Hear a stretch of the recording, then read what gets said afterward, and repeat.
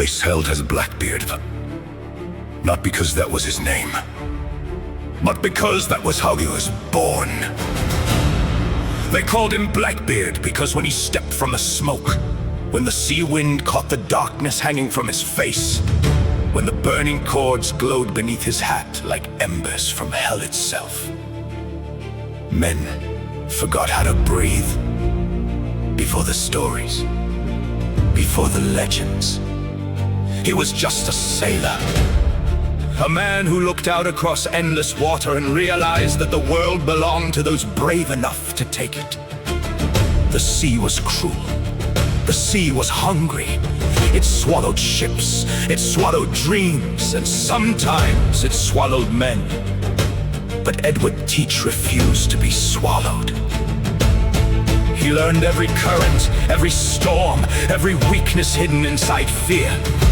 And one day he stopped serving under another man's flag. One day he raised his own. And the world noticed. Merchant captains whispered his name before sunrise. Families prayed when ships disappeared beyond the horizon. Governors cursed him from behind stone walls. Because fear traveled faster than any vessel. Fear arrived before Blackbeard did. The stories grew larger with every telling. A giant, a monster, a demon sailing out of the mist. And perhaps Blackbeard understood something few men ever learn. A reputation can be sharper than a sword. Why fight every battle when terror can win it for you? So he became the nightmare they expected. He braided his beard. He lit the smoking cords.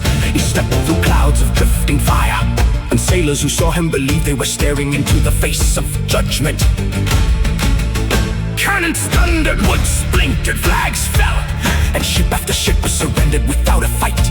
Because nobody wanted to test whether the stories were true. But power is a lonely companion. The higher a man climbs, the fewer voices remain around him. The sea gave Blackbeard wealth. The sea gave him fame. The sea gave him immortality, but it never gave him peace. Every sunrise brought another enemy. Every harbor hid another betrayal. Every wave carried another rumor.